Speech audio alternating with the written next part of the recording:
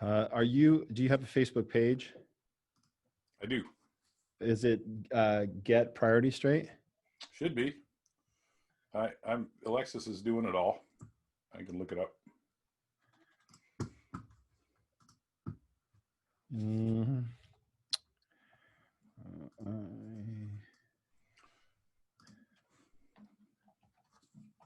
Is it Peterson or Patterson? Peterson. Get priorities. Yeah, it's not coming up.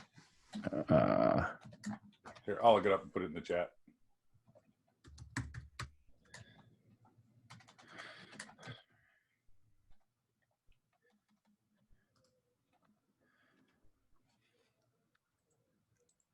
Light's so bright.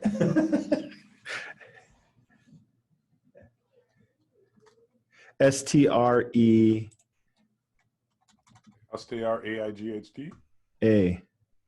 AGHT. No, that's not right. STREA. AIGHT, straight. AIGHT. There we go. Okay, thank you. All right. Okay, we are now that that's all gone, we're going live. Let's make sure this comes up. It looks like it's live. All right, now let me find my script. Here we go. And we are going live. Hello, Facebook and world. Dan Edwards here with the Eastsdie Real Estate Team. And this is your Seattle's Eastside Real Estate Podcast for November 18th, 2020. What an amazing world we're living in. I want to welcome you all from online to our wonderful podcast. Now, whether you're joining us live and you're looking now, feel free to comment in the section with any questions or comments that you have. I'm going off script today, sorta. I'd like to talk about a couple of things. We're going to talk about the Seattle area and the Eastside area housing market. We're also going to talk a little bit about what's happening with the COVID and the lockdown restrictions in the area, how that's affecting housing.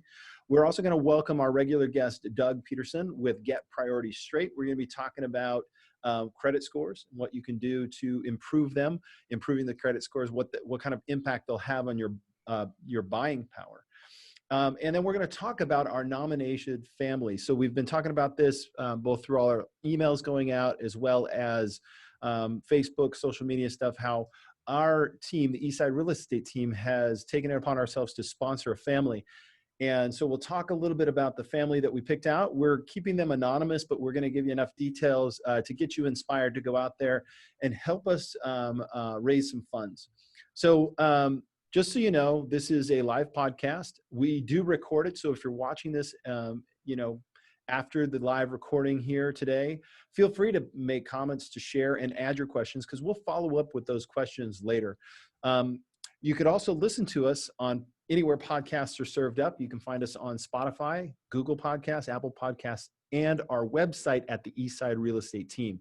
So let's kind of jump into the content. The first topic that I talked about today, and I'm going to invite Doug. Doug, welcome to the show. This is Doug Peterson with Get Priorities Straight. Welcome to the show, Doug.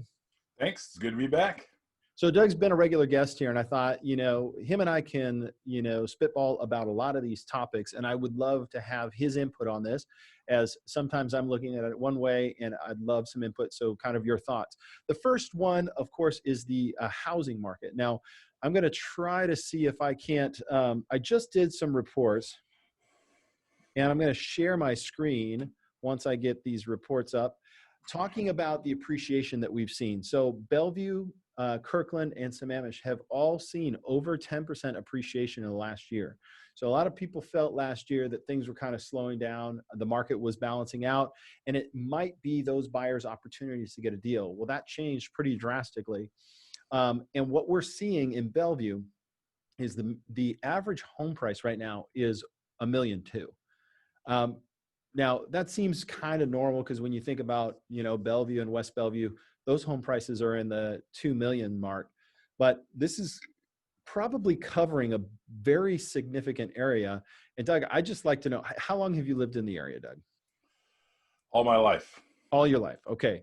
And you live in Kirkland now, or? Yep. I'm in Kirkland, South Rose Hill area. Okay. Near Bridle Trails. So just for perspective, how long ago did you buy your first home in Kirkland?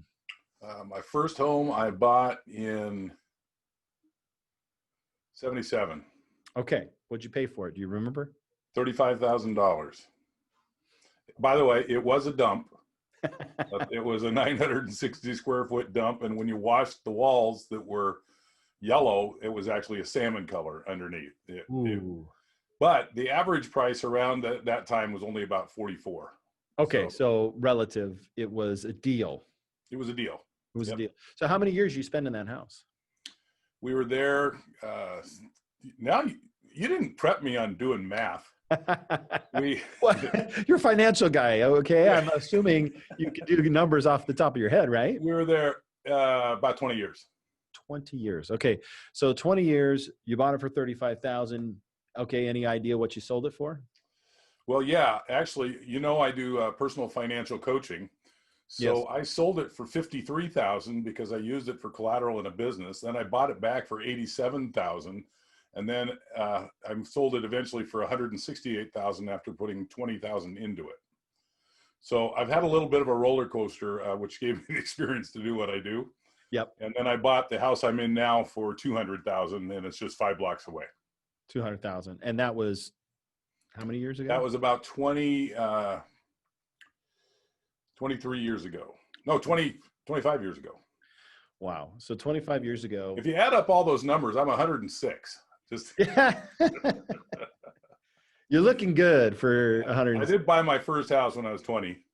Now, and you know what? And I love that conversation because, there are a lot of people out there that don't think that they can. And we'll talk a little later in the show about, how do you get there, right? Because, right out of college, let's face it, it may not be feasible right out of college to buy your first home. I would challenge that this is the first time in our history that we've seen the level of affordability from the ability to borrow money. But of course, that credit score is something that you can work on right away and protect. So we'll talk more about that. So really the gist of the housing market, and I think Doug is a great example of that, is the amount of wealth that it can bring you if you're willing to step into it. And I think that there are a lot of would-be buyers out there that are just like, they just don't know what they don't know. Listen, there's down payment assistance programs. There's 3% down loans. There's a lot of things that you can do to get yourself in. And if you figure that if you stand to make even half of what Bellevue appreciated it, which would be, they appreciated it 12%, so 6%. Let's just say you bought a home and it didn't appreciate normal like the rest of the market did, or things just slowed down. Even at half, if you were to put 3% down, you're now doubling that money in essence, and you have to pay for a place. So one of the statistics that in our prep that we were talking about was, Washington State locked down, and this has been the new norm. And I got to say, there's a lot of people out there that have really done some soul searching based on what they now can do. And the silver lining in the lockdown and the work from home is there's a tremendous amount of workforce that actually, if they make a right financial decision, could find an area to live in where they're actually paying a little bit lower cost of living. And we can help them with that. So I'm licensed to sell homes anywhere in Washington State. Let's say you want to move out of Washington State. Well, Keller Williams has a tremendous network that we are able to tap into, not just a random agent that we see at an open house, but actually we can actually vet them for you. So if you're considering a relocation, whether it be another state or somewhere around Washington State, I can actually make a phone call and qualify 3 or 4 real estate agents for you and help you find that specialist that will be perfect for your next adventure, whether it's down south in, say, Tacoma, or if you're thinking to move to Vancouver, Washington, Spokane, Walla Walla, I hear has been growing really well. Or if you're moving to Phoenix, Arizona, Whitefish, Montana, these are some of the places we've helped people. Austin, Texas, Boca Raton, Florida, Virginia, outside of DC, Richmond, Virginia, and also New Jersey, Patterson, New Jersey. Those are just some of the areas just this last year that we've helped people out. So with things, Dan, I want to add something there. My son is a global VP of sales for a software integration automation company, Nintex. And he had one of his salespeople move out to Indiana, bought about 3 times the house. That's where he was from. Mm-hmm. He can work completely remotely. And so you get a lot more money, a lot more for your money out there than you do here. Yeah. And he's just happy as can be. And that's the real truth, right? Is we're missing a tremendous opportunity to do what you do well at a high level. And because we're forced to work from home, we've now figured it out. And that's great that's your son? Yep. My middle son. That's awesome. Well, hey, I have an extra incentive. If you're watching this video and you mention this segment, I will send you one of these awesome Eastside Real Estate Team mugs. It's on the back. It says new home, new adventure, new memories. So the first person to comment on our Facebook post, I want a mug, we'll send this to you. Okay. So ding, little deal. Okay. So let's talk about the shutdown. Boo. It's no fun. There are many people that are like, listen, we got to do this. We want to keep people safe. I agree. There are some who are like me, kind of going, oh, do we have to lock down? I know that it's a sensitive issue for many, and I will just say this, my heart goes out to those people that are suffering because of this. It's a tremendous, horrible disease or virus or whatever it is, and it's tough. So support your local business if you can. Here's an idea. Buy a gift card and then throw it away, right? Because it's one way to help them through this situation, because if you buy a gift card and then you spend it in January, they still have their cost of goods sold that they have to do. So by just buying a gift card and throwing it away, you're basically just putting money in their bank and helping support a great local business. Shop local this holiday season. Find a local business that's providing gifts and shop.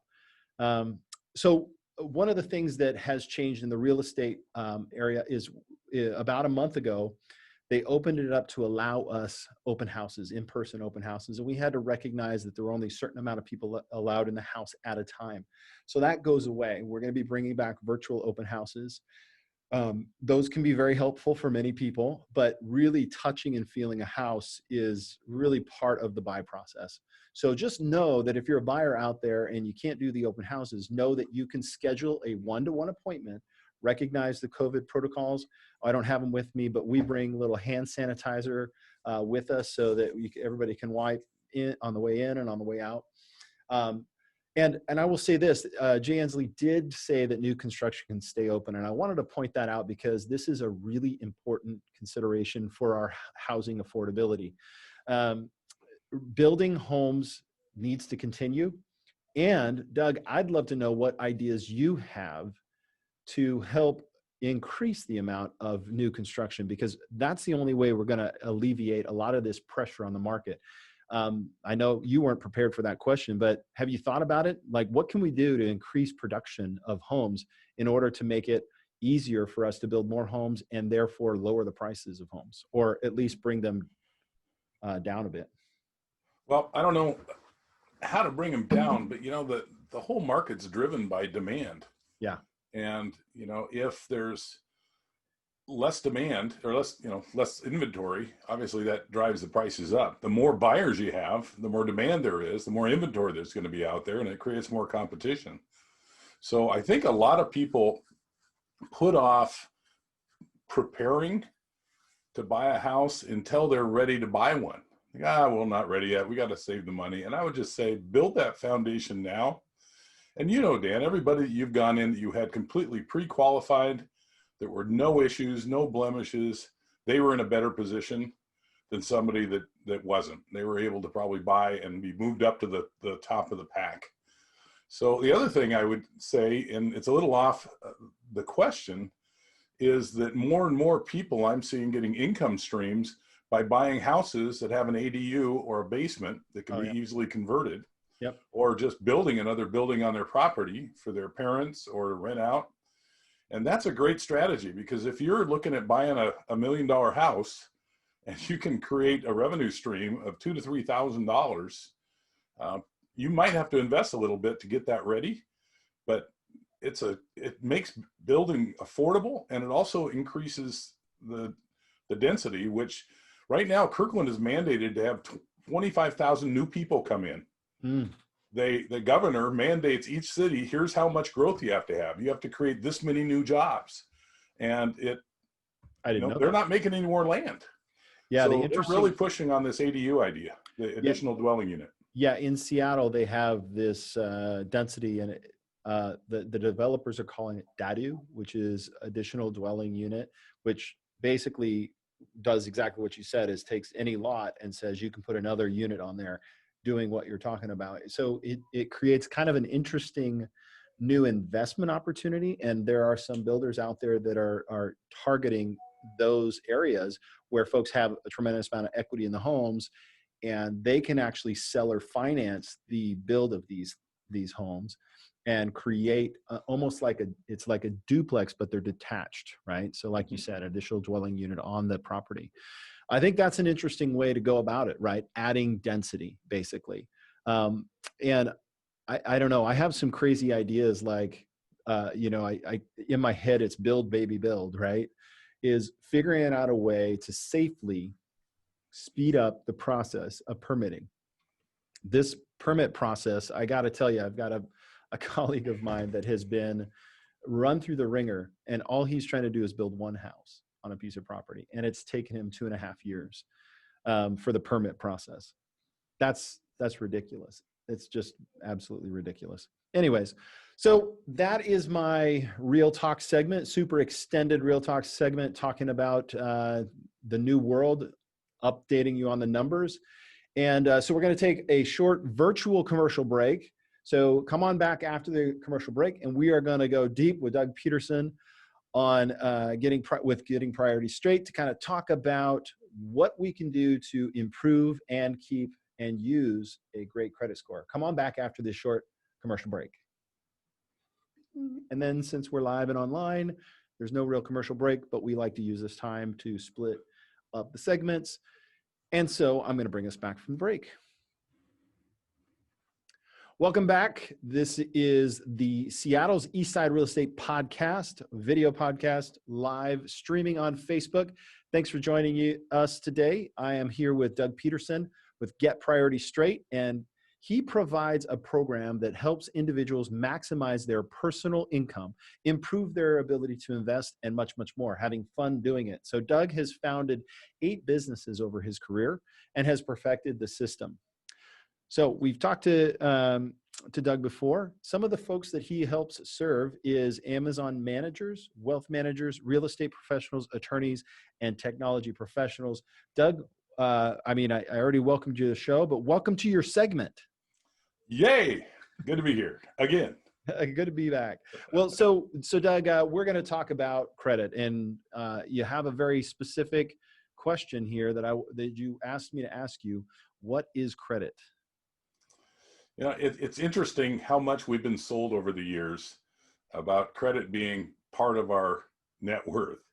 I've literally had people with finance degrees say, "Oh, I want to pay down that credit card so I have more liquidity." Credit is debt.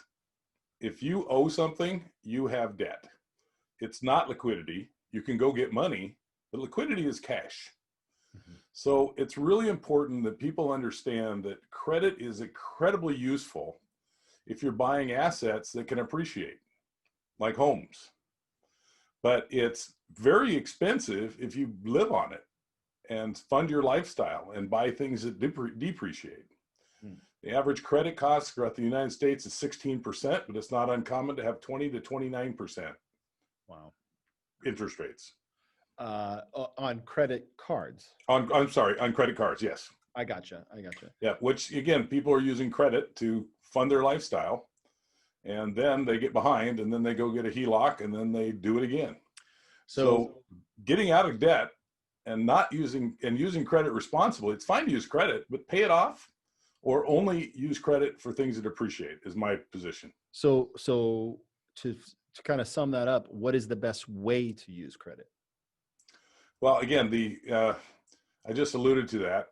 Buying assets that appreciate faster than the amount you're paying on the interest. So like stocks? No. Like I saw your face. You're like, oh, no. You could do stocks, but stocks are volatile. So I wouldn't fund stocks with debt. Mm-hmm. I would fund it with capital. Mm-hmm. It's hard to buy $1 million house. So you would want to fund that with a mortgage, mm-hmm. and that's debt, and you need credit to do that. But when it comes to, I think people really get a blurred line of, well, buying a car, I'll just buy one and then I'll decide to buy another one and I'll continue to finance it. When what I teach is pay yourself a car payment.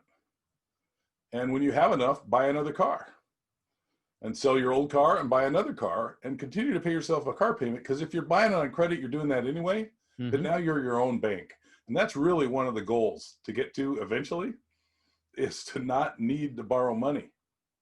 Well, I know a lot of people, it kind of steamrolls, right? You just kind of get started and you get used to it. And then the minimum payment is fine. It's not a big deal. You're kind of going along, and then tragedy strikes. And then you really don't have any cash flow to speak of because you were using those credit. So how can you help people get out of that credit card debt situation? So there's, first, it's building a foundation so you can figure out if you can actually live and have your expenses so they're within your means, because you can't really reduce debt until you do that.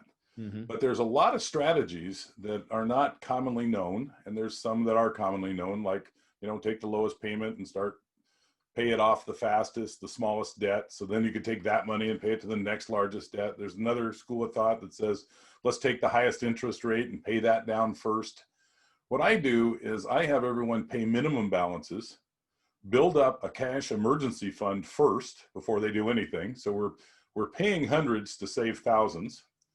Then we look at your whole financial scenario and we try to move most of your unsecured debt to secured debt, which will change your credit utilization and your credit score will shoot up. I had one client move $125,000 from credit card debt at 25% to a HELOC at 4.75%. And his credit score went up 136 points in 1 week. Then he refinanced the HELOC into his home at 2.7. So he saved 23% on 125,000 and another 2% on another 150,000. It's and now he's golden, has one payment, and we're aggressively paying that down or investing back into his business. In his case, he was an attorney and he needed to invest more back into his business to grow it. So the first thing you got to do is make smart decisions about when to use credit. But let's say your credit score is kind of hammered. What do you do to help people raise that? So there's three factors that you can look at that are really high impact on your credit. One is derogatory remarks. They said this guy didn't pay, we went to collections, there was all kinds of problems. Another one is missed payments or late payments. And those are both high. The third one is credit utilization. And so many people are responsible people, paying their bills on time. Maybe they have one 60-day late or one derogatory remark, or most often I find none, but their credit utilization is so high that they've got themselves boxed into a hole. And that's exactly what happened with the story I just mentioned. He had perfect, no derogatory remarks, no lates.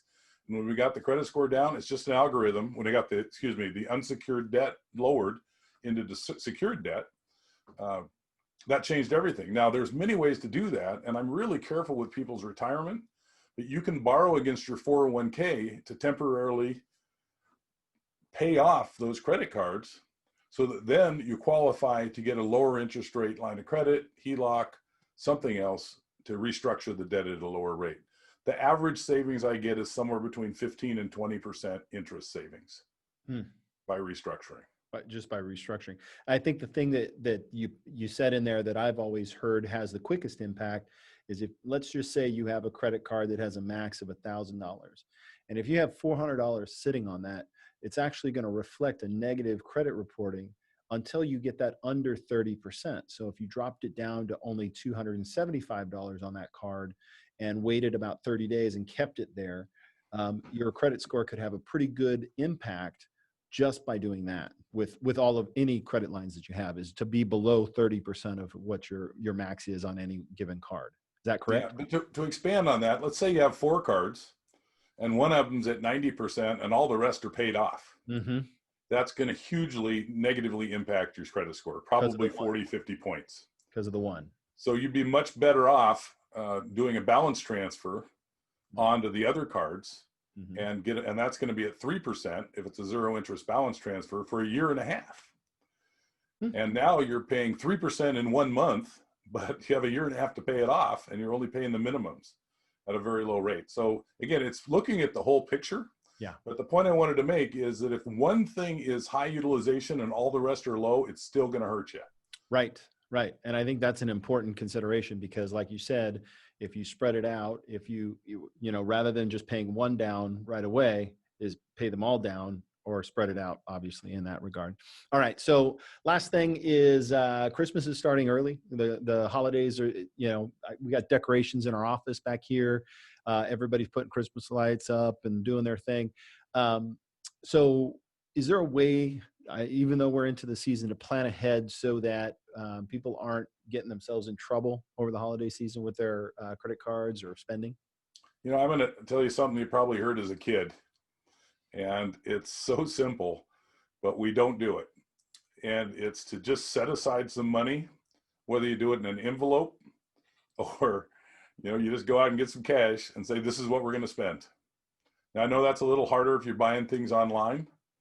If you're not tracking and you don't manage your money, keep track of it because it's amazing how fast it goes out. If you add up Christmas trees, Christmas lights, food, all the baking stuff that you might do, presents you do, trips you do, gifts you do for charities. It can be a lot of stuff and it really adds up. Yeah. So I would say there's two things. One is if you can set aside the money so you don't have a credit card bill. Other than fitness, getting out of debt and getting organized is one of the biggest New Year's resolutions there is. And if you just don't create debt with Christmas, you have one less thing to deal with. Right. Then and with lockdowns, it's now a challenge on the workouts. So, And there's one more piece of that, and that is that when there's scarcity, when you look in your wallet and you only have $200, you don't buy the $500 item. What? You get a lot more. Say that again. That seems really groundbreaking. Could you say that again? Yeah, no, it's pretty amazing. But listen, here's the idea. I went because it's COVID, and I bought 2 heaters for outside under my deck. I have 400 feet. And, I spent $388. Well, I wanted extra propane tanks. They're $35 each. I went on Nextdoor. They were $10. I bought 6 of them for $60. Right. I have money in the bank, but why should I just waste it? Yeah, I agree. And so it's about the planning ahead. And I think right now for business, we're doing business planning for 2021 for my team. And what a great way to plan ahead financially for January than to kind of be intentional about it come now, November, before the trouble arises, right? All right. So Doug, a lot of great conversations. I thank you for joining us. How can our watchers and listeners get in touch with you? Doug Peterson at getprioritystraight.com, but that's kind of a mouthful to spell. Okay. So if you want to reach me, just Doug at GPSASAP as soon as possible. .com, GPS ASAP, or you can go to our website, getprioritystraight.com. But GPS ASAP gets you to our website, and there's a scheduling link there. Okay, perfect. Thanks, Doug. If anybody wants an introduction to Doug, they can also reach out to us at the Eastsdie Real Estate Team. After the break, we're going to talk about our team's goal of providing the best Christmas ever to one family, maybe more. So please join us after this short virtual commercial break. And we're out. Okay. All right. So now I'll just bring us back in for our fundraising. All right. All right. Welcome back to the Seattle's Eastside Real Estate Podcast. We thank you for joining us. Great discussion with Doug in the last segment. I want to now just kind of put the word out there. And Doug, if you could help get the word out, this would be a tremendous service to us. We just got done sifting through 54 families here in the Seattle area. It's a lot of folks out there. As you can imagine, with 2020 being the banner year in misery, I guess is a way to put it. Just a hot dumpster fire going down a broken railway into a super dark tunnel. I don't know how else to describe it, but 2020 is definitely one of those years that will go back in infamy. I will say this, though. There's tons of amazing people that I've gotten closer to as a result. So you got to find the positive lining in the dumpster fire. It's around here somewhere. But along those lines is, like I said, 53 families that, through no fault of their own have come across hard times. And I'll just shortly describe the one that we have decided to sponsor, a gal who had to relocate her family of 5, so herself and 4 children, all under the age, I believe, of 11, to the Seattle area, was getting her life on track, was going to Bellevue College. Her kids got enrolled in various Bellevue elementary schools when COVID struck. She's in transitional housing, and they are temporary. They only allow for a certain amount of time. So she is trying to get back to school, but it's really difficult, as you can imagine, with children of elementary school, age children, when they have to be learning from home and online. So essentially, our goal is to raise $5,000 for this family to be applied towards most likely housing. We haven't really discussed that. We've got to kind of have the conversation of what's the most important, so that we don't just hand them a check. We actually just dedicate it directly to their most important need. In addition to that, we are asking not only for donations, any amount is totally fine. Please share it. So share with others, get more people. It's cost of a latte or $25 dinner out. Skip it and donate for this family. We're also looking to get gifts. So we'll have, I think we've discussed a wish list on Amazon, where you can pick out the item that you want to purchase, have it wrapped and sent to our office, and then we're going to deliver that all right before the Christmas holiday. So we're really excited, and it just, I've been on the East Side now since 2001, and it's a great community. But believe it or not, there's a lot of people that are having a hard time. So we just really feel like being a part of our community is figuring out a way to use our influence to help a family locally. So if you can take a look, the best way to donate is you go to eastside.team/donate. eastside.team/donate. You can donate and share that link. We're going to update some of the details there so that you can kind of find all the other resources you need. But if you can, please donate today. We would appreciate it. All right, that's the end of our show. And can you believe it, Doug? We are literally right on time. It says end of show 3:35. So I want to thank you so much for coming on. Thanks for the discussion. I appreciate it. And until next time, if you have any real estate related questions, you can reach out to us at the eastsiderealestateteam.com. If you have any financial related questions, reach out to us at the eastsiderealestateteam.com or gps.asap.com, and Doug will help you out. We thank you for watching the show. Have a wonderful Thanksgiving. We'll see you next month. Take care.